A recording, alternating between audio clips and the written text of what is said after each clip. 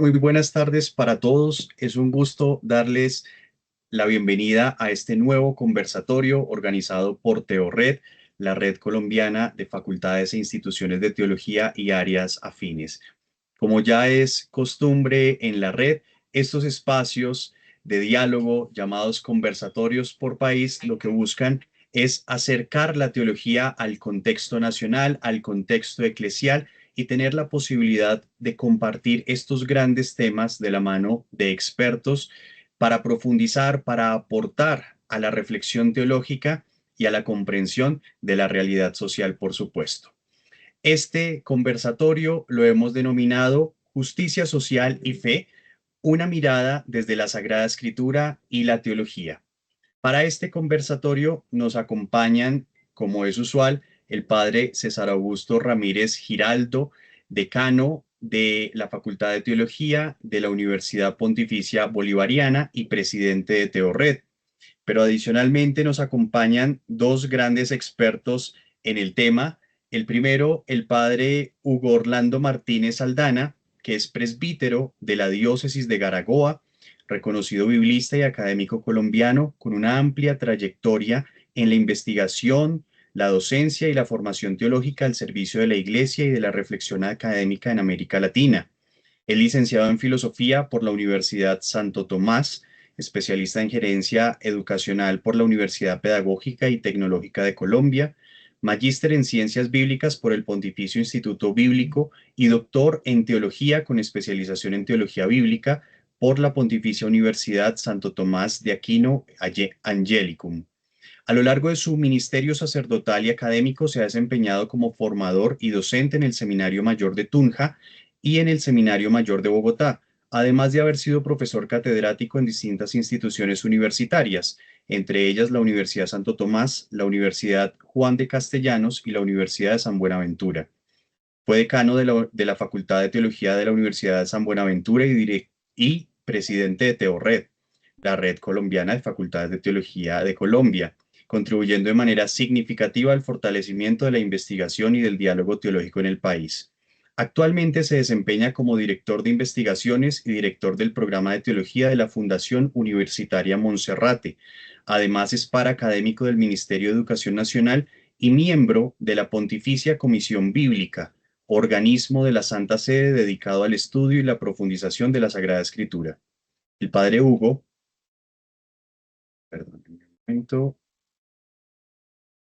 El padre Hugo es autor de diversos libros y artículos académicos y ha desarrollado una importante labor de divulgación bíblica y pastoral, buscando acercar la palabra de Dios a distintos públicos y contextos eclesiales. Bienvenido, Padre Hugo. Es un gusto compartir con usted, darle la bienvenida también a TeoRed, igual que al Padre Jair del Cristo Contreras, quien es religioso franciscano menor conventual, doctor en teología bíblica por la Pontificia Universidad Urbaniana, institución en la que también obtuvo la licencia en teología bíblica. Es licenciado en teología por la Universidad de San Buenaventura y cuenta además con formación filosófica y estudios especializados en formación sacerdotal. Su trayectoria académica y pastoral se ha caracterizado por una dedicación a la Sagrada Escritura, la formación teológica y el acompañamiento formativo dentro de la vida religiosa franciscana. Ha ejercido como docente de Sagradas Escrituras, liturgia y franciscanismo en diversos seminarios y centros de formación, así como profesor universitario en la Universidad de San Buenaventura y en la Fundación Universitaria San Alfonso. Entre sus responsabilidades institucionales se destacan los cargos de rector de postulantes, vicerrector y rector de clérigos en distintos seminarios franciscanos del país. Actualmente se desempeña como director del programa de la licenciatura en teología y de la maestría de la Biblia en la Universidad de San Buenaventura. Es autor del libro Del Dios recordado al Dios que recuerda, la memoria en la dinámica de la alianza, y sus investigaciones se han centrado especialmente en la teología bíblica, la memoria en la dinámica de la alianza y la formación bíblica de los fieles cristianos. Como ven, son dos grandes expertos con los que va a estar dialogando el padre César Ramírez, así que les damos una cordial bienvenida a todos. Padre César, tiene la palabra. Gracias, Jonathan. Como se dan cuenta, a través de esta red e institutos de facultades de teología de Colombia, queremos propiciar este espacio de reflexión académica, pastoral, porque es que es evidente, y el padre Yair y el padre Hugo lo saben perfectamente, esa relación que hay entre justicia social y fe a la luz de la Sagrada Escritura. Y eso de alguna manera nos pone como en sintonía de pensar qué implica creer en Dios en medio de estas realidades humanas. Y es que desde los profetas hasta la vida y la enseñanza de Jesús, la justicia aparece como un valor central, esencial y central que ¿qué nos permite? Exige acciones concretas en nuestra sociedad, en una búsqueda fundamental, y en la búsqueda de la solidaridad y sobre todo de un mundo más justo. Por eso en este conversatorio de país propiciamos abrir un espacio de diálogo para cuestionarnos. No sé si quienes estamos acá conectados nos hemos cuestionado alguna vez cómo vivir hoy una fe comprometida con la justicia, qué nos dice la Sagrada Escritura frente a esas desigualdades sociales, qué papel estamos llamados a asumir como creyentes en la transformación de la sociedad. ¿Qué tal si le damos la palabra al Padre Jair para que nos comparta un poco, Padre Jair? Hablar de justicia social desde la fe cristiana hoy, desde su punto de vista, resulta urgente en un contexto colombiano y latinoamericano, o esto es más de lo mismo.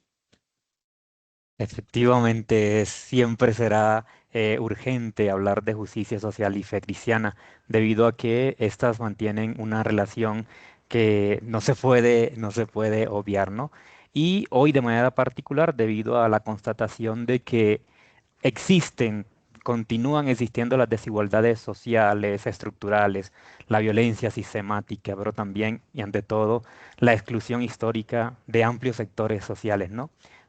Como usted lo manifestaba, la teología bíblica nos presenta siempre este llamado, ese llamado a la búsqueda de la justicia social y por lo tanto de la instauración del derecho. La fe bíblica no es ajena a estos contextos de injusticia y Dios, como nosotros lo constatamos en las Sagradas Escrituras, siempre está de parte del oprimido. Escucha el clamor del oprimido, el ejemplo fundamental es el de los israelitas que estaban esclavos en Egipto, ¿no? Cómo Dios se hace cercano a este pueblo, escucha el clamor del pueblo y decide acercarse a ellos y caminar con ellos para que ellos lograsen también la liberación. Pero luego, en el transcurso también de la historia del pueblo de Israel, vemos como los profetas, de manera particular el profeta de lo social, que es Amós, busca siempre hacer un llamado a la justicia y a vivir desde el derecho, que es fundamentalmente el aspecto de la alianza instaurada entre Dios y el pueblo. En ese orden de ideas, Padre Hugo, eh, cuando uno escucha esa importancia en el contexto colombiano y latinoamericano, nos queda como un gran interrogante, no sé si usted lo comparte, y es que por lo regular ha habido como una especie de separación entre la fe y la justicia social. Se nos dice a la iglesia, no, no, no, ocúpense ustedes de la evangelización, que nosotros los demás, los políticos o qué sé yo, los pensadores de otro tipo, nos ocuparemos de la justicia social. ¿Qué riesgos aparece cuando la justicia social se desconecta de la dimensión teológica y espiritual desde su punto de vista apreciado? Muchísimas gracias, Padre, y aprovecho la oportunidad para dar un saludito muy fraterno a todos los profesores y estudiantes de teología de las distintas facultades e institutos de Colombia. Gracias por estar con nosotros y a ustedes, pues muchas gracias también por la invitación a participar en este conversatorio. Como lo decía el Padre Jair, pues la realidad es evidente. Yo creo que basta con ver noticias, al menos los titulares, porque ya uno no se aguanta ver tanta noticia cruel, entonces al menos los titulares o leerlos en la prensa y aparece ese gran interrogante por la justicia y no puede haber una dicotomía entre justicia y fe, por lo que ambas pertenecen a la misma realidad que es el hombre. Entonces, necesariamente hay una integralidad porque pertenece a la realidad humana. Y yo quiero iniciar ahí como con esa inquietud de que la justicia está presente en la Biblia porque la Biblia es un libro totalmente humano. A diferencia del Corán, que se dice que fue dictado por un ángel a Mahoma, la Biblia no fue así. La Biblia ha sido escrita por personas que han vivido un contexto social para nada distinto, a pesar de la diferencia de siglos, para nada distinto a la situación que vivimos también nosotros hoy. O sea que los protagonistas y los escritores del texto bíblico han vivido situaciones de justicia y de injusticia, pues a su modo también, a su manera, en su tiempo, en su contexto histórico, y también nosotros lo estamos viviendo. Luego hay algo que nos une con ellos, y ahí está el problema del ser humano, porque yo creo que más allá de hablar de justicia o de fe o de la problemática que vivimos hoy, es hablar de qué es el hombre, cuál es esa esencia que lo constituye y que lo hace capaz de justicia, pero también capaz de injusticia. O sea, ¿por qué existe el mal? ¿Cuál es el problema fundamental en el ser humano para que haya tanta injusticia y barbarie, no solo a nivel nacional, latinoamericano, sino mundial? Entonces, como un poquito esa mi inquietud que me viene siempre desde que me propusieron este tema, dije, no, pues es un tema bellísimo, actual, contemporáneo. eh, no podemos aquí abarcar una teología bíblica acerca de la justicia porque no nos daría el tiempo, ni siquiera toda la vida, pero al menos pensar en unas coordenadas antropológicas, bíblicas y por supuesto teológicas que nos ayuden a iluminar este tema en esta tarde. Padre Jair, como en esta misma línea, uno pensara lo siguiente, a ver, para entender el texto sagrado, pues debemos hacer una exégesis adecuada y todo lo demás. Los grandes estudiosos de la Biblia, pues en eso, y ustedes en particular, tienen mucho que aportarnos. Pero nos damos cuenta que los profetas denuncian constantemente injusticias sociales. ¿Qué actualidad podríamos decir hoy tendrían todos esos textos y todas esas profecías de profetas como Amós, como Isaías, como el mismo Miqueas para las sociedades actuales? ¿Cómo traer en términos de actualidad toda esa manera de profetizar a un pueblo que estaba viviendo bajo unas condiciones y que hoy puede aplicarse a nuestro contexto colombiano y latinoamericano? Y el mensaje profético es un mensaje totalmente actual, lo decía ya también el padre, ¿no? Las realidades vividas por la sociedad hebrea de aquel tiempo son realidades que se constata también la existencia de estas realidades actualmente, ¿no? Los profetas de manera particular hacen un llamado a no pervertir la justicia y el derecho. ¿Por qué? Porque la justicia y el derecho son fundamentales para la vivencia de la relación con la trascendencia, con Dios, ¿no? Y son elementos fundamentales también del factor de la alianza.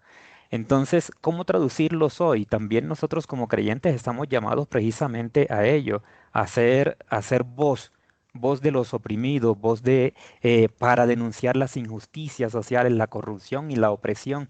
Y ante todo, empezar a forjar también estructuras de justicia desde las bases. Normalmente pretendemos que la justicia se obre desde arriba. Sin embargo, desde la cotidianidad nosotros estamos llamados precisamente a vivir esa justicia y este derecho y por lo tanto a asumir nuestra vida en mayor consonancia con la realidad propuesta primero por el texto bíblico en el Antiguo Testamento y luego propuesta por el mismo Jesucristo, ¿no? Que llama precisamente hace un llamado a la inclusión, a dignificar al ser humano y a permitir la posibilidad de que todos accedan al mensaje de Dios. Por lo tanto, la actualización del texto bíblico, de manera particular la denuncia de los profetas, es un llamado urgente también para nosotros como creyentes hoy y de manera particular nosotros que tenemos un poco más de cercanía al contexto bíblico teológico.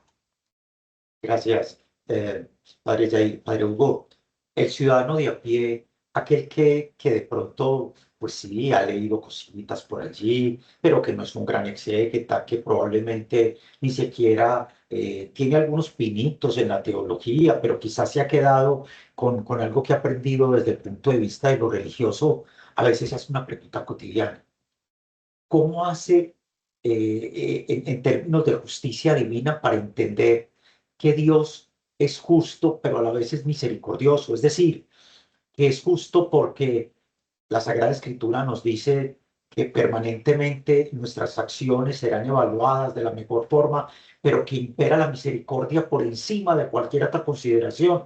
¿Hay algún equilibrio entre esa justicia divina y misericordia divina? ¿O estamos simplemente ante el asunto de la gracia cuando de esto se trata? Muy interesante, muy interesante. Bueno, yo creo que todos los seres humanos estamos en una búsqueda, todos, y nos acomuna nuestra humanidad, nuestra incertidumbre hacia el futuro, nuestra manera de pensar, nuestra manera de interpretar a Dios. ¿M? Y obviamente que la Biblia interpreta a Dios. Una cosa es el Dios bíblico y otra cosa es el Dios, en valor absoluto, si se puede decir así. Y yo creo que todos estamos en ese conocimiento de Dios. Ahora, ¿la Biblia qué hace? Presentarnos varias facetas de Dios. Entonces, claro, si nos vamos por el contexto judío de Israel, que asume obviamente de las culturas que lo rodean y todo, pues hay unos dioses que tienen similitud con el paganismo, una visión de Dios que tiene similitud con el paganismo. Ustedes saben que los dioses griegos sentían incluso celos del hombre y entonces trataban de castigar al hombre por cualquier cosa, porque no le ofrecían sacrificios, por cualquier cosa. El Dios bíblico tiene varias facetas. Una de esas es presentarlo como un Dios vengativo, un Dios castigador, un Dios que está pendiente a ver en qué falla el ser humano para castigarlo, dictar sentencia, un Dios juez, etcétera. Y hay una vertiente que ya viene del Primer Testamento, que la veíamos incluso en estos días, o está por verse cuando presentemos el Dios Trinidad, que es el Dios compasivo y misericordioso. Y yo creo que Jesús de Nazaret, hablando un poco a nivel histórico, tomó esa vertiente para comprender a Dios y para enseñarnos a Dios. Y entonces Él nos dice que Dios es amor y solo amor, y un amor que es incondicional. Yo quiero hacer énfasis para todo el mundo, un amor que es incondicional. Y ahí viene el problema de la justicia. ¿Por qué? Porque Dios nos perdona a todos porque todos somos sus hijos. Entonces, esa es la razón. Y no porque nosotros hagamos cosas extraordinarias o le demos algo a Dios, no. Es por su infinita bondad y misericordia que es incondicional. Viene un problema grave porque es cómo restituir la justicia. ¿Mm? En el caso de que se cometa una injusticia. Si Dios perdona a todos, pues entonces, como dice la gente por ahí, pues entonces pongámonos a pecar y a hacer todo lo que sea, como si, entre comillas, se pensara que el pecado fuera algo bueno o que la injusticia fuera algo bueno, cuando el pecado lo que hace es degradar la condición humana, nos vuelve infrahumanos. Es como cuando el leproso se acerca a Jesús y le pide que si quiere que lo sane, ¿sí? Y entonces obviamente Jesús lo sana y en la época pensaban que la lepra era consecuencia del pecado y que si tenía la lepra era porque se lo merecía y era un castigo de Dios y todo eso. Y Jesús desmiente todo eso. Se le acerca, lo acaricia y lo perdona. ¿M? Y es como si el que ha sido perdonado, el leproso, volviera a decir, uy, yo quiero volver a la situación de antes, como si, así pensaría una persona que dice, ah, pues sí, si el pecado es perdonado por Dios, entonces, ¿a qué sirve ser bueno en este mundo, no? Entonces, aquí hay un problema y es de comprensión teológica. y de restitución de la justicia, porque si alguien me agrede, si alguien vulnera mis derechos, eso se queda así por la eternidad, porque al fin y al cabo Dios va a perdonar. O hay una restitución de esa justicia, que es el problema de la escuela de Frankfurt, ¿no? Que estudia todo ese problema. Si mi injusticia permanece aquí o en la otra vida, o si Dios, al fin y al cabo, al que cometió la injusticia conmigo, lo va a castigar o algo para que yo quede al menos contento. Entonces, una cosa es la justicia humana al modo humano y otra cosa es la justicia divina al modo divino. Y entonces el modo divino será siempre el perdón para el ser humano. Bueno, yo no sé por qué me extiendo tanto, a veces me emociono con esta temática, pero es así, es comprender esto, que el amor de Dios es totalmente infinito y eso fue lo que nos enseñó Jesús de Nazaret. Luego hoy tener una visión de un Dios castigador, vengativo, justiciero, es volver aquello que criticó el maestro con los distintos grupos religiosos que había en Israel, que tenían una visión de Dios de esa manera, y no hacerle caso a Jesús, que nos enseñó a vivir en una relación profunda con nuestro Dios de amor. Y es que en el fondo ahí también está todo ese mensaje bíblico, Padre Hugo, en lo que usted nos transmite, y es aquello de a quien más se le ama, más se le perdona, ¿verdad? El perdón como la mayor prueba de amor y de misericordia. Les invitamos a todos a que presenciemos un pequeño mensaje del Papa Francisco por aquello de la justicia social. Porque si bien la Sagrada Escritura está inmersa, el magisterio de la Iglesia permanentemente nos va dando líneas y nos va enrutando. Bueno, y en asuntos de justicia social, ¿nosotros qué? Un mensaje para compartir en este momento.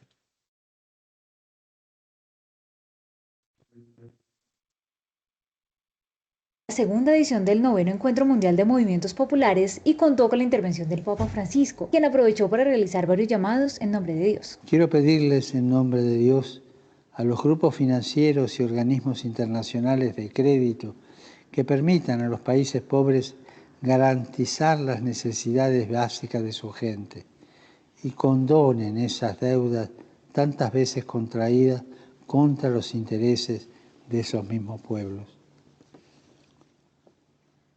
Quiero pedirles en nombre de Dios a las grandes corporaciones extractivas mineras, petroleras, forestales, inmobiliarias, agronegocios, que dejen de destruir los bosques, humedales y montañas, dejen de contaminar los ríos y los mares, dejen de intoxicar los pueblos y los alimentos. También hizo un llamado a los gigantes de la tecnología para que dejen de explotar a las personas para obtener ganancias, a los medios de comunicación a que detengan la desinformación y dejen de centrarse en el escándalo.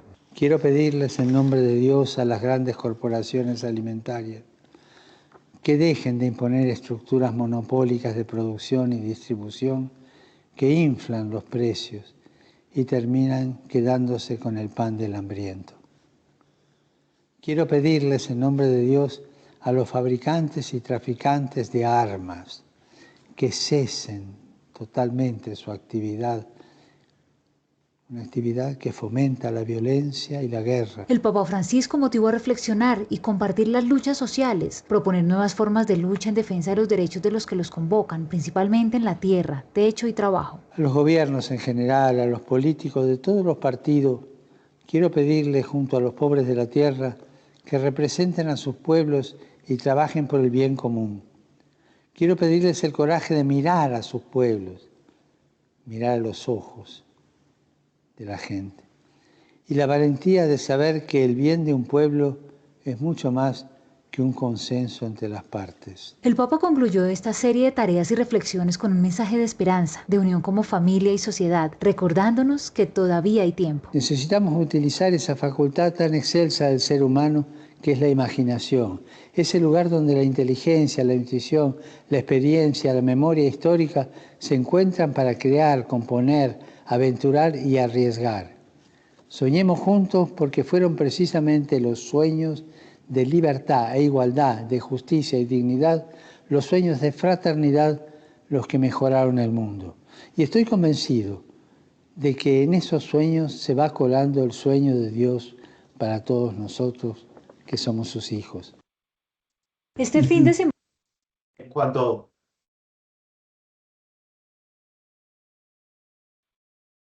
cuando uno tiene esta oportunidad de reflexionar en un tema de este tipo, inmediatamente, querido padre Yair, a uno le viene como a la mente ese verbo que es precisamente justicia en griego, el dikaiosine, que es vivir en conformidad con la voluntad de Dios. ¿Cómo entender que el querer de Dios es que nos entendamos como hermanos más allá de nuestras creencias o de nuestros criterios personales en tiempos como los nuestros? Bueno, fundamentalmente lo que allí tendríamos que comprender es el llamado de Jesús, ¿no? El llamado de Jesús que nos invita ante todo a reconocer al otro como hermano en cuanto hijo de Dios. Y a partir de ello empezar también a articular relaciones de misericordia, de reconciliación. La misericordia en nuestra actualidad se podría gestar a partir de la concreción de la posibilidad de reconciliarnos con aquel o con aquellos con los cuales hemos estado distanciados, ¿no? Por lo tanto, la justicia implicaría para nosotros también, como ya lo decía el padre Hugo, más que la justicia humana, una justicia fundada desde el corazón, ¿no? Desde el corazón, que implica perdón, que implica también acercamiento hacia aquel que piensa o siente diverso a mí, y la posibilidad de reconstruir la historia personal, la historia comunitaria, gestando ante todo una serie de dinámicas de paz que implica efectivamente la acción de la reconciliación. Allí nos permite, Padre Hugo, indiscutiblemente abrir un debate en esa relación entre doctrina social de la Iglesia y Sagrada Escritura. Esos aportes al debate contemporáneo sobre aspectos tan relevantes como dignidad humana, desigualdad, bien común. El Papa Francisco, que pues, por supuesto durante todo su pontificado fue muy próligo al respecto.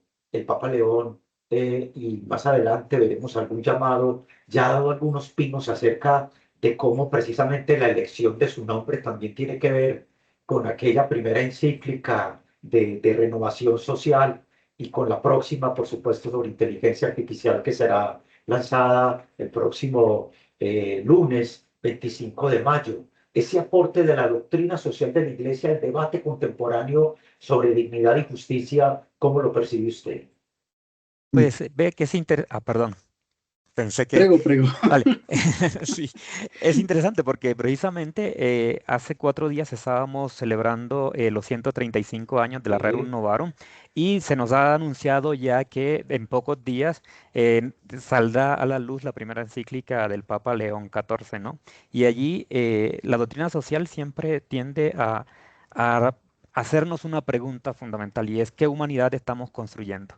Sí, hace poco el Papa León XIV, en la visita que tuvo también en el África, decía, subrayando también, subrayaba que hoy más que nunca la exclusión representa el nuevo rostro de la injusticia social, ¿no? Y que nosotros como cristianos estamos llamados precisamente a contrarrestar estas dinámicas de exclusión.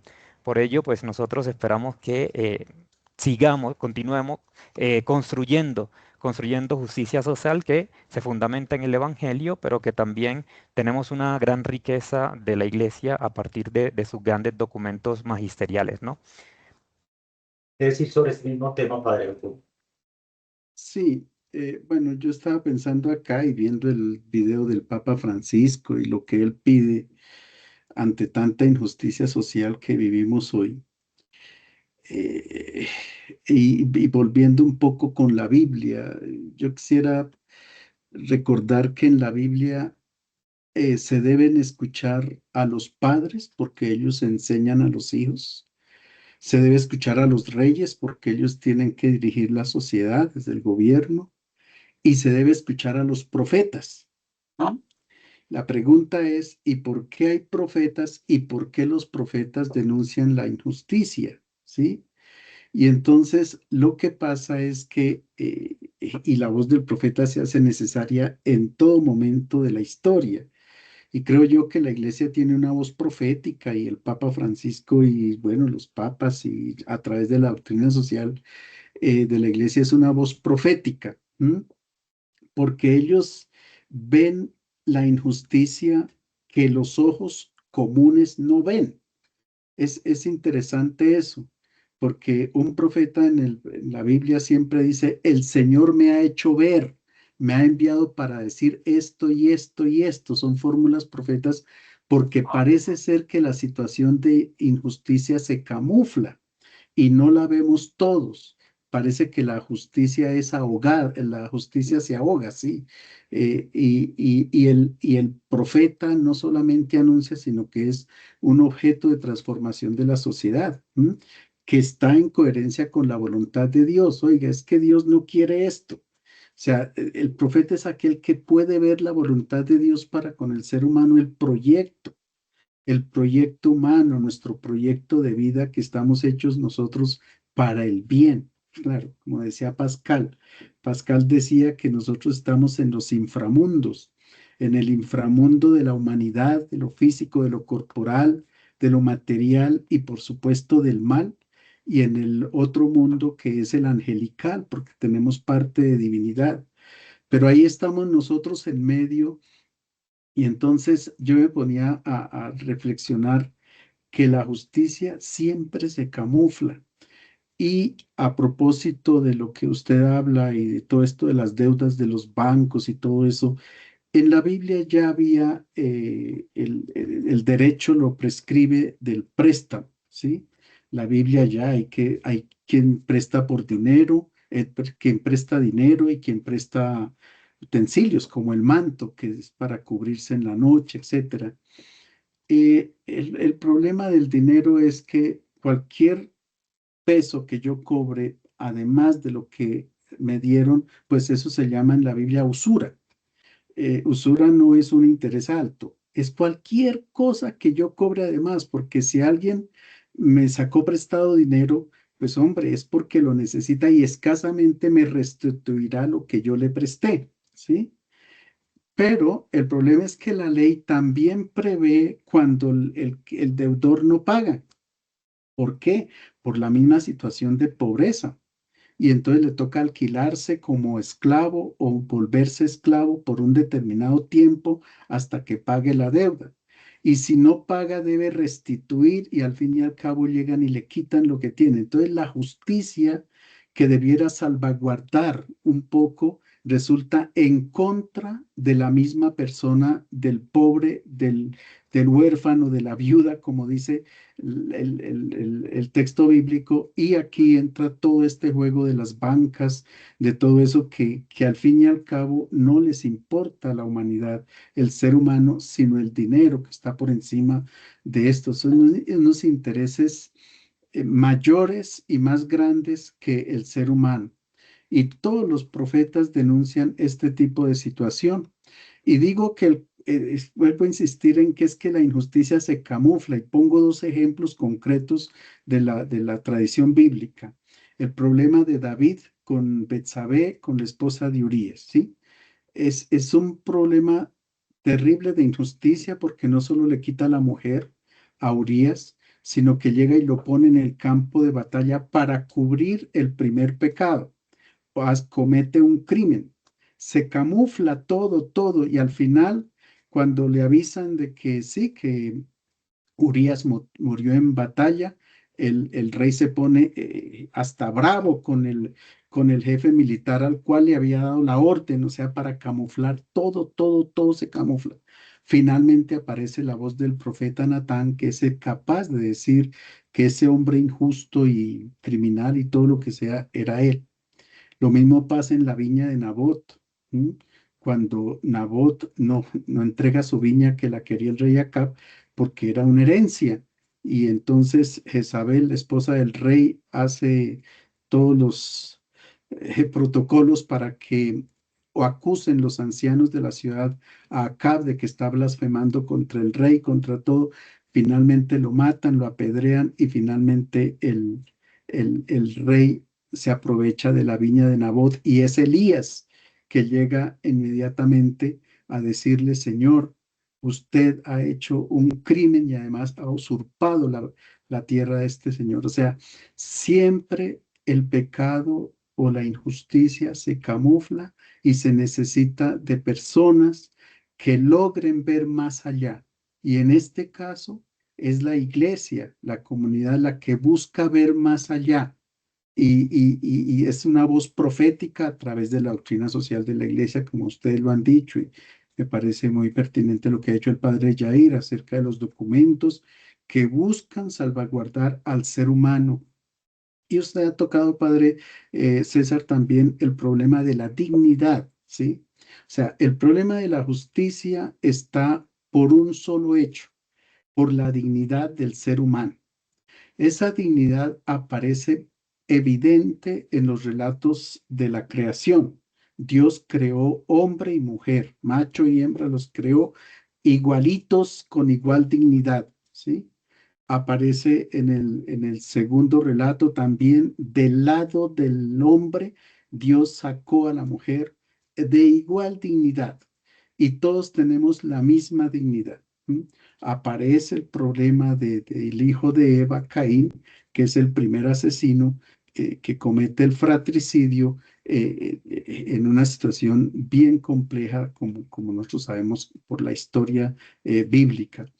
Aparece ese problema en el corazón del hombre de una maldad. Que para el diluvio aparece también evidente que el corazón del hombre se llenó de maldades y que todo lo que pensaba el hombre se desarrollaba y se generaba en violencia, se hacía violencia, y Dios entonces resolvió acabar con una generación de ese tamaño.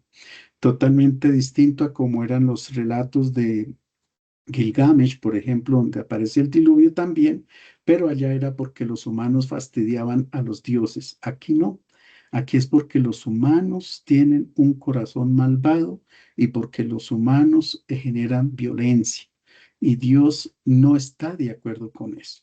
Y eso es lo que queremos decir hoy. Dios no está de acuerdo con la manera en que nosotros estamos llevando adelante aquello que se nos dio para administrar, que es el mundo, como decía el mismo Papa aquí en este video, que es en los recursos, porque Dios hizo una casa con todos los elementos necesarios para que todos vivamos dignamente, entre comillas. Porque es que ese problema de la dignidad sería para tratarlo totalmente en un conversatorio aparte, porque ¿qué significa vivir dignamente, tener un trabajo digno, ser, digamos, aceptado dignamente, etcétera, etcétera? El problema de la dignidad que se vulnera hoy en todo sentido y en todos los ámbitos.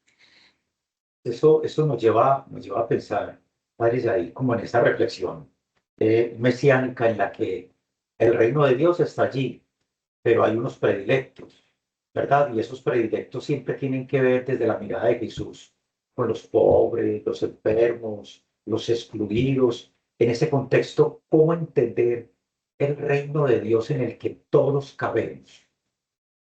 A ver, y eso es muy importante porque esto iría también con,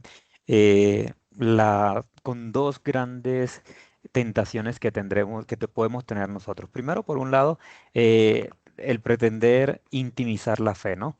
Decir que la fe me implica solo a mí y es mi relación personal con Dios y nada más. Y la segunda es la de ideologizar el evangelio también, ¿no? Por lo tanto, para ello es importante mantener una actitud de discernimiento y también la capacidad de reconocer también las dinámicas en las cuales nos estamos desarrollando, ¿no? Por lo tanto, nosotros tendríamos ante todo que dialogar críticamente con la realidad, de modo que la realidad no sea ajena a nuestra fe y que evitemos también politizar el evangelio según visiones particularistas, ¿sí? Nosotros Un ejemplo particular es lo que aconteció hace poco entre el Papa León y el presidente de Estados Unidos, ¿no? El Papa León en una de las entrevistas, cuando iba en uno de los vuelos, decía, no, es que yo no soy político, yo estoy anunciando el Evangelio y el Evangelio nos exige a nosotros precisamente ser voz profética en medio de una sociedad que ha olvidado los principios fundamentales. Por lo tanto, el modo que nosotros debemos plantear precisamente es este, el de asumir una actitud de discernimiento para dialogar críticamente con la realidad sin que nos sometamos a proyectos políticos particulares, pero siempre teniendo en cuenta los valores fundamentales del Evangelio. ¿Esto qué conlleva? Conllevará a establecer relaciones de justicia que incluyen la reconciliación, a instaurar también una serie de principios que buscan la dignidad humana, teniendo en cuenta, como también lo planteaba el padre Hugo, la dignidad humana desde la trascendencia, ¿no? La trascendencia en cuanto hijos de Dios, pero también en cuanto hermanos entre los hermanos, y ello nos movería también a nosotros a la instauración con acciones concretas de aquello que Jesús manifestó con su vida, y es la relación del ágape, del amor fraterno como principio fundamental para establecer relaciones de justicia. De, De pronto aprovecho también lo que decía el padre Hugo en cuanto a las leyes. Es interesante porque esta actitud de discernimiento es la que vivió el pueblo de Israel, ¿no? Nosotros sabemos que, por ejemplo, dentro del Antiguo Testamento hay tres códigos legales que poco a poco fueron discerniendo también cómo aplicar esas leyes a la realidad del pueblo, hasta el punto que la última, de las cuales nosotros tenemos conocimiento, asumiendo el ejemplo del padre, nos planteaba que ya el otro no es un deudor, sino que es un hermano y que por lo tanto, cuando llega a una situación, podríamos decirlo, de pobreza extrema, el otro no debe prestarle simplemente esperando la retribución, sino que debe acogerlo como un hermano y debe brindarle todas las posibilidades, de modo que ese hermano no vuelva a caer en la situación extrema en la cual ha caído y por lo tanto ayudarle a instaurar también una vida digna. Así también, asumiendo ese ejemplo, nosotros como cristianos estamos llamados a ello.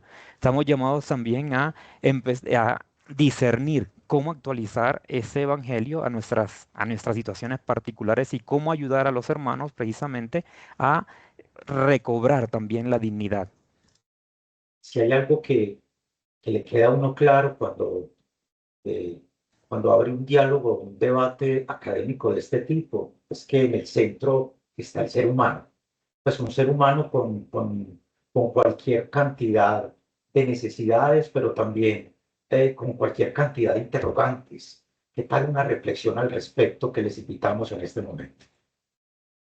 Sí, Discúlpame, padre Hugo, que en este instante voy a compartir una breve reflexión que nos puede ayudar como a dialogar precisamente a renglón seguido sobre estas realidades en las que los seres humanos requerimos permanentemente sentirnos, no sé si necesitados o reconocidos, pero de alguna manera, cómo nos vemos frente a los demás. Esta pequeña reflexión que nos ayudará al diálogo.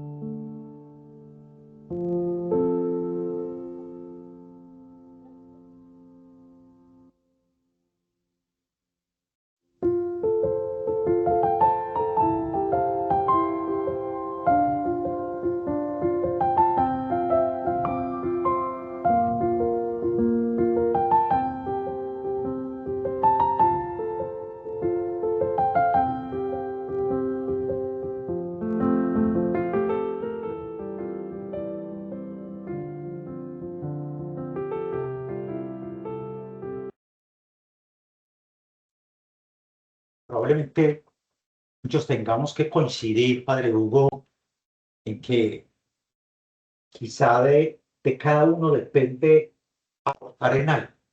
Cuando hablamos de los asuntos de Dios, siempre decimos no tenemos de qué preocuparnos.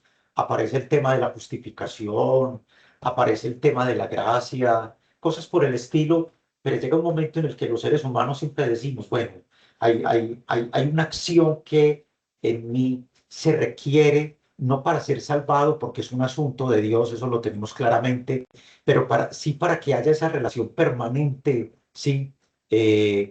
Para que haya esa relación permanente del Señor con cada uno y una relación en la que la justicia, temas como la igualdad sean reiterativos. Cómo ir reflexionando sobre eso en tiempos de tanto aislamiento personal? Bueno, yo creo que ustedes lo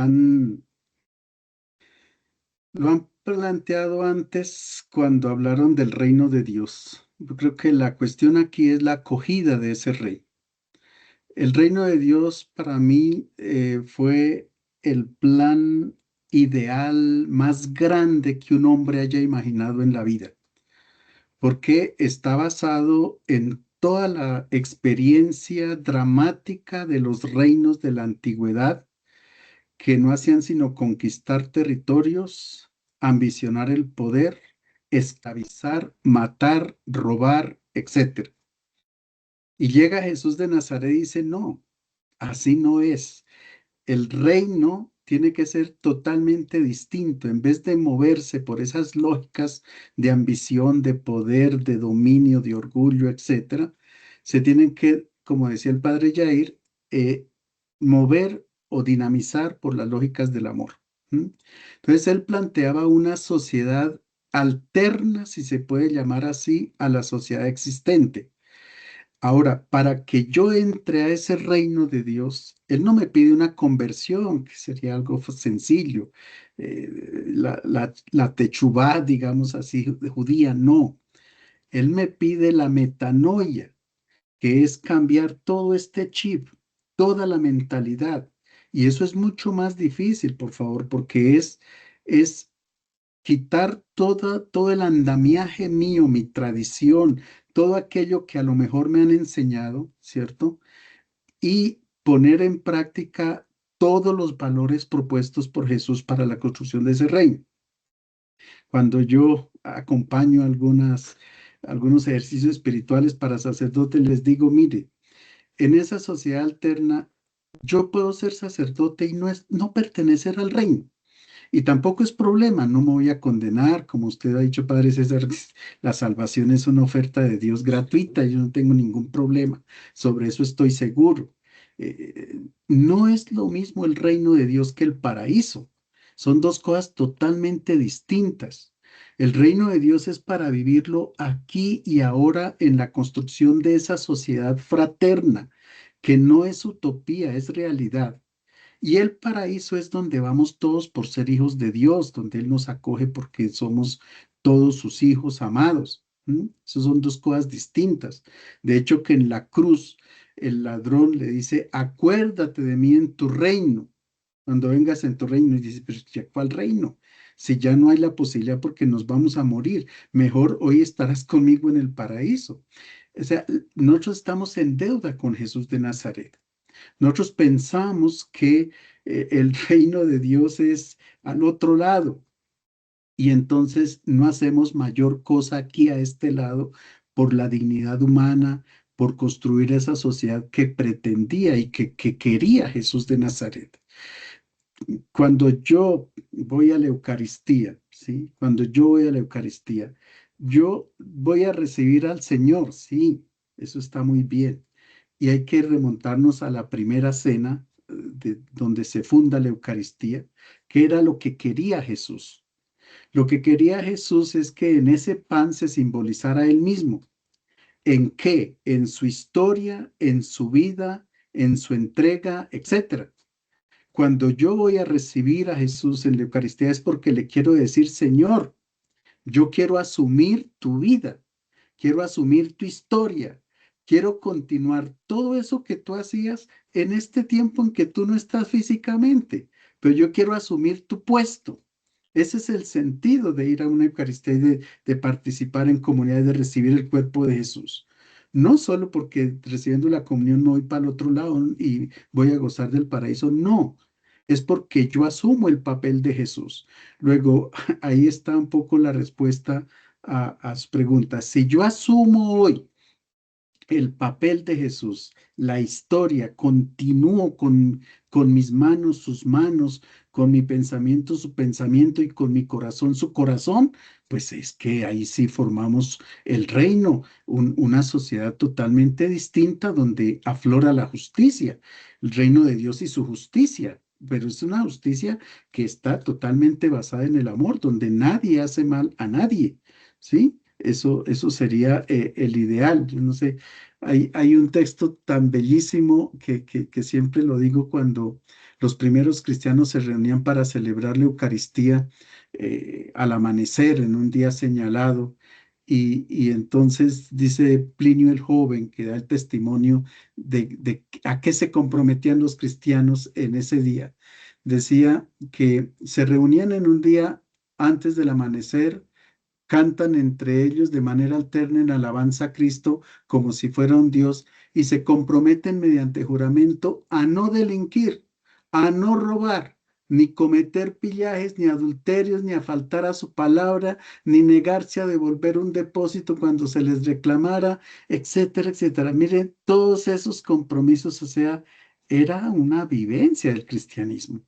No era un culto vacío, por favor. Y nosotros hoy, si aceptamos esa invitación de Jesús a construir el reino hoy, hacemos una sociedad totalmente distinta. Me hizo pensar usted cuando hablaba de esa diferencia, que creo que es muy importante, no solo desde el punto de vista académico, sino también práctico, de diferenciar paraíso de reino en el pasaje en el que los discípulos de Juan el Bautista envían mensajeros a preguntar si es él el que tenía que venir o hay que esperar a otro, y esa respuesta de Jesús es hermosa. Si los ciegos ven, si los cojos Así es. caminan, si los hoyos, si los sordos oyen, es porque el reino de Dios está en medio de ustedes. Y entonces eso nos lleva, Padre Yair, como una pregunta obligada. Esa diferencia que puede haber, por supuesto, desde toda esa mirada bíblica entre la justicia cristiana y otras propuestas meramente políticas o sociológicas. Y efectivamente, hay mucha diferencia en cuanto el punto de partida. El punto de partida de las diversas políticas, ¿no? Efectivamente, el ser humano es un ser político por excelencia. Sin embargo, el principio que le mueve es el que le diferencia de unas de otras, ¿no? Lo que nosotros nos corresponde como cristianos es precisamente recentrar nuestro modo de actuar y de dialogar con la sociedad desde los principios evangélicos. Y como lo decía ya previamente, esta justicia cristiana implica el paso por la reconciliación, por el amor, pero también hacia el compromiso de la construcción de verdaderas relaciones fundadas en la dignificación del ser humano, no solamente por un amor al ser humano, sino por el principio que nos mueve, que es el principio de la fe. A nosotros como cristianos nos tocaría también asumir el ejemplo de Jesús, ¿no? Recordamos que cuando Jesús enseñaba, la gente decía, este sí que habla con autoridad. Sí, y la autoridad se fundamentaba precisamente en cómo él hacía vida cuanto predicaba. Nosotros como cristianos estamos llamados a retomar ese ejemplo y ante todo a accionar nuestros modos de actuar dentro de la sociedad a partir de aquello que nos mueve, que es la fe en Jesucristo, que como lo decía desde el principio, busca no la exclusión, sino la inclusión de toda persona. Uno, eh, cuando habla de estos temas, inmediatamente le viene a la mente todas estas reflexiones que desde el mismo mensaje del Papa y las conversaciones que hemos tenido, aparecen unos términos que se vuelven muy importantes y que cada vez más quienes están acá presentes a través del chat nos van compartiendo. Entender, hacer una diferenciación entre política, ciudadanía. Ya el Papa Pablo VI plantea una de las asistentes lo decía de todas las formas tan hermosas cuando planteaba que la política es una de las expresiones más altas de la caridad, pero también esa relación con el ciudadano. Y hay una pregunta, Padre Hugo, que quizás la plantea María Alejandra en el chat, puede ser importante, y es cómo sería, de alguna manera, desde el punto de vista de este conversatorio, la unión de esa vivencia del Evangelio y nuestro compromiso ciudadano.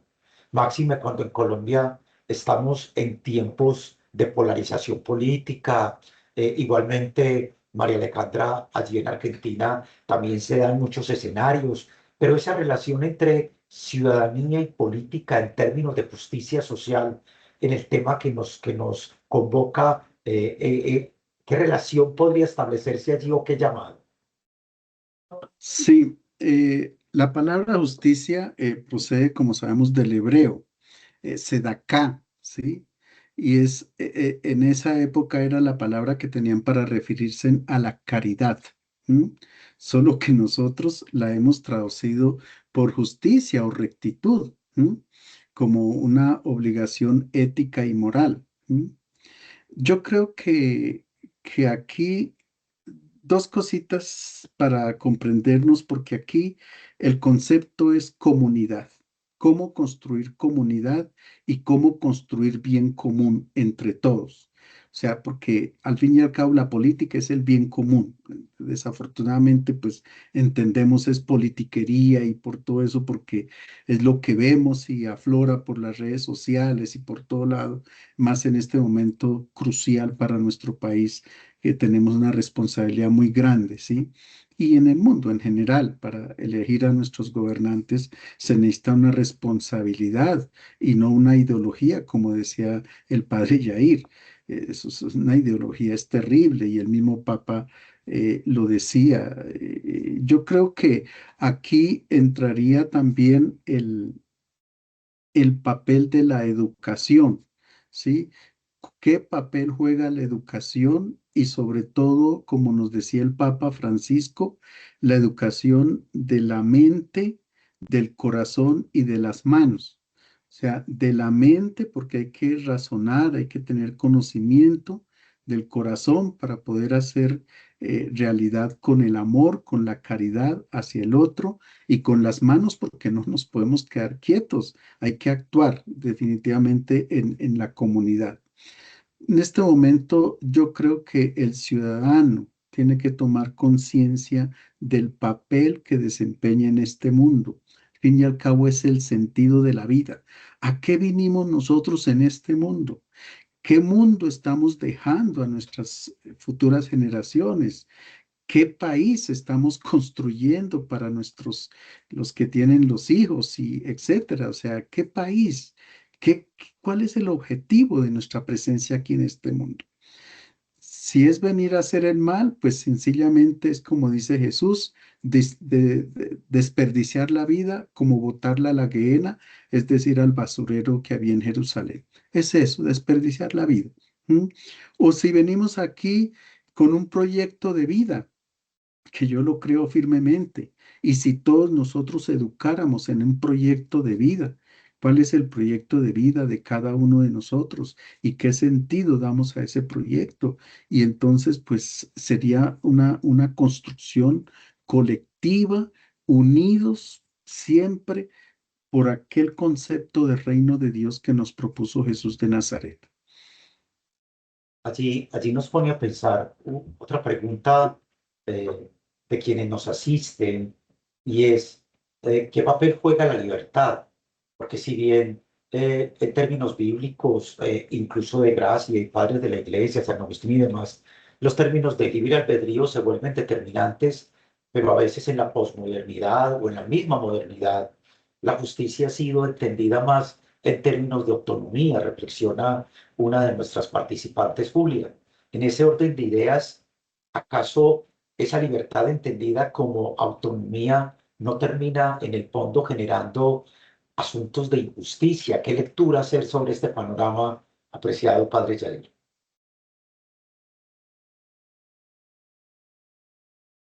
El micrófono, par. Perdón.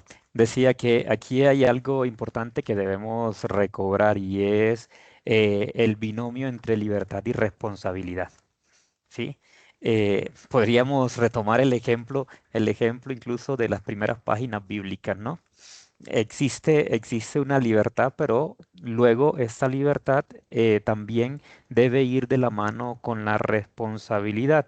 Hemos sido creados como seres libres, efectivamente, pero también como seres responsables, y la responsabilidad implica también la asunción de las consecuencias de las situaciones cuando obramos indistintamente a la responsabilidad, ¿no? Y por lo tanto, nosotros lo que necesitamos hacer es enfatizar precisamente en estos dos aspectos. Eh, Como nosotros lo leemos en las primeras páginas, por ejemplo, el primer fratricidio manifestado en la tradición bíblica, ¿no? Caín era libre, Caín y Abel eran libres, sin embargo, debido al mal uso de esta libertad, pues le lleva precisamente a cancelar la diferencia con respecto a su hermano. Ello no queda, podríamos decirlo, impune, sino que también lleva consigo unas consecuencias, y la consecuencia fundamental en este caso es precisamente el ser expulsado y el errar por la vida, ¿no? Sin embargo, también con Jesús nos manifiesta también la importancia de esta responsabilidad. En el Evangelio de Juan se nos manifiesta precisamente que Él no vino a condenar al mundo, pero que el mundo ya está condenado en la medida en que, viniendo la palabra, viniendo Él, que es luz del mundo, no le han creído, ¿no? Por lo tanto, si nosotros desvirtuamos la libertad con el yo puedo hacer todo lo que quiera, porque es mi derecho, y dejamos de lado la responsabilidad, esto nos puede llevar precisamente a el desconocimiento del otro como sujeto y por lo tanto también como hermano.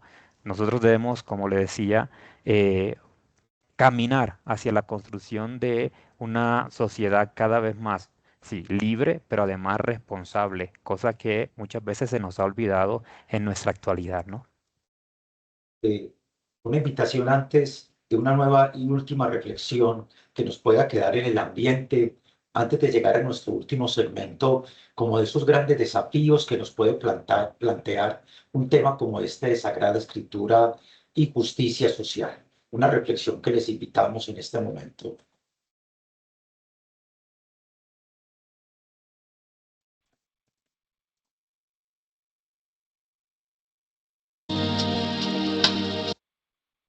Que no quede claro si de pronto el compartir, ahora sí, quedó incluido el audio, ahora sí.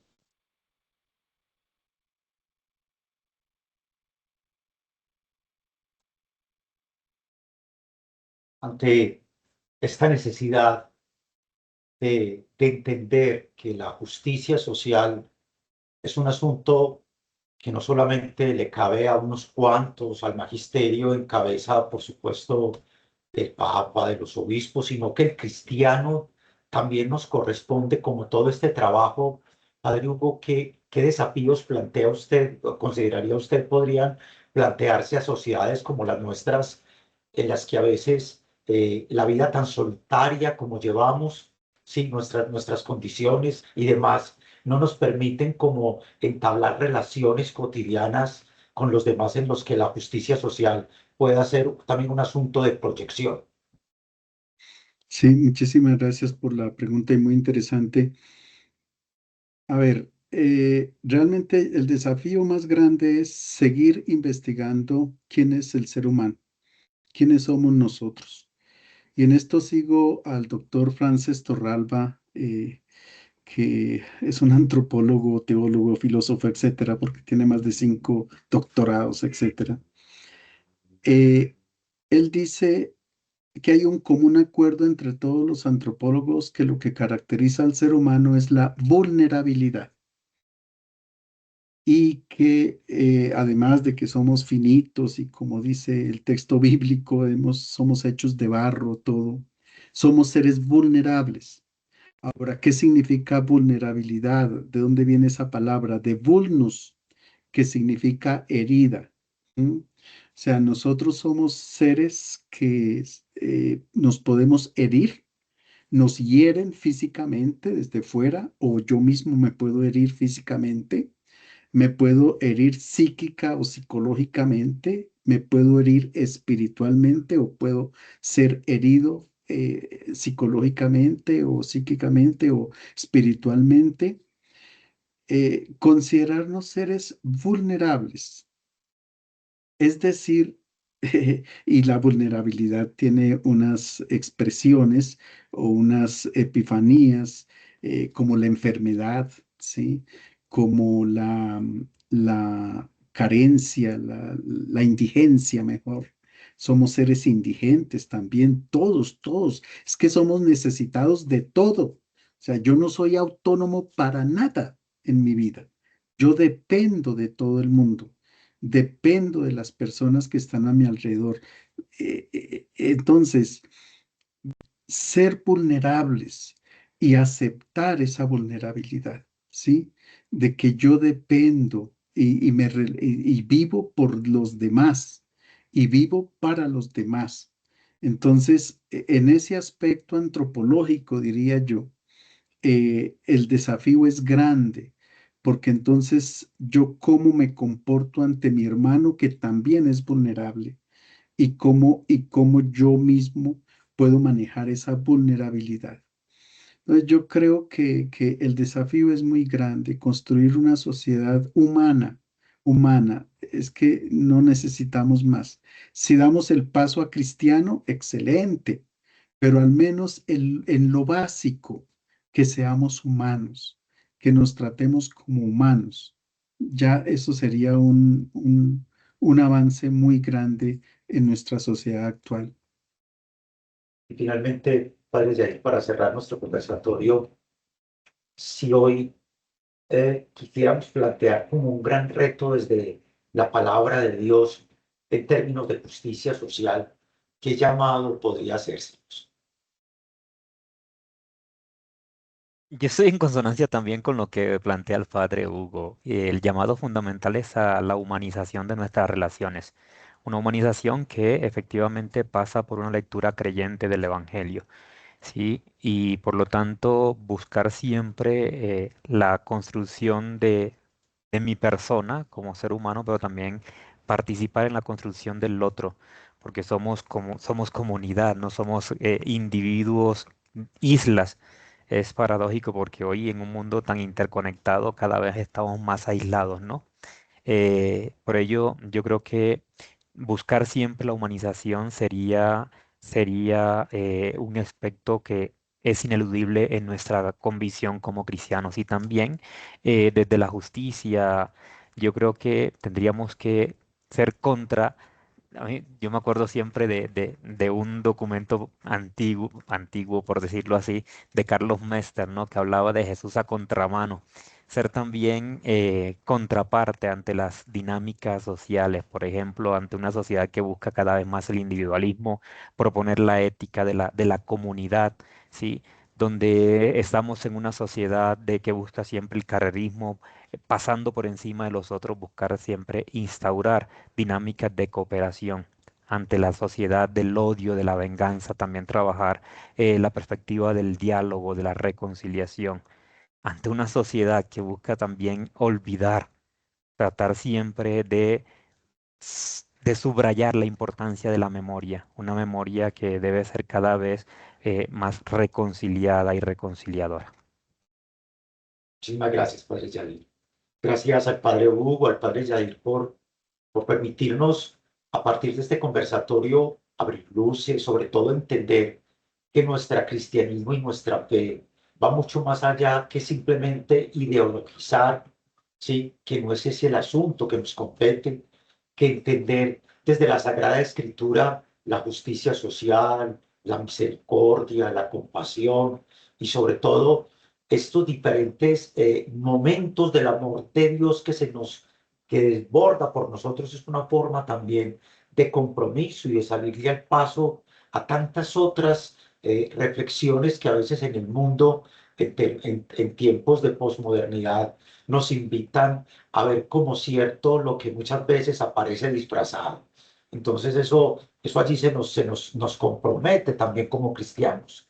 Recuerden que hay una invitación abierta allí en el chat, pueden abrir y encontrarla, y es que participemos de ese coloquio internacional de teología que el 21 y 22 de octubre tendremos tanto virtual como presencial en el campus de la Católica, de la Universidad Católica del Norte, en el marco de toda esa reflexión, y prestos porque allí a todas sus universidades, en los diferentes escenarios y demás, van a ir recibiendo la información para que participemos de este primer concurso de podcast teológico que nos va a permitir también ir abriendo nuestro panorama a todas estas reflexiones, sobre todo en el que el uso de las tecnologías se convierte en un elemento fundamental. Precisamente la próxima semana, en la Pontificia Universidad Católica de Río de Janeiro, durante toda la semana tendremos la oportunidad de encontrarnos para reflexionar sobre un tema bien interesante, Padre Jair y Padre Hugo, y es precisamente el tema de la Sagrada Escritura y la inteligencia artificial, cómo todo esto cada vez más nos va a permitir abrirnos a nuevos escenarios. Así es que Allí mil estaremos. gracias, sí, allí nos veremos. Mil gracias por esos aportes que nos han permitido llevar, que también quedan todos. Recuerden que allí en la página de YouTube de Teored ya están montados todos los diferentes conversatorios. En el próximo mes, en el próximo semestre, perdón, tendremos el próximo conversatorio del país, precisamente sobre el tema de teología e inteligencia artificial, para que eso nos vaya abriendo cada vez más nuevos escenarios. Así es que, Padre Hugo, Padre Jair, mil gracias porque sus reflexiones nos permiten también sacar nuestras propias conclusiones y que el pensamiento crítico nunca quede de lado. Y por supuesto a Muchas todos gracias a ustedes, ustedes. no faltaba más porque su Muchas conexión gracias. hace posible también estos diálogos y conversación de país. Adelante, Muchas Nico. gracias también por la invitación. Claro que sí.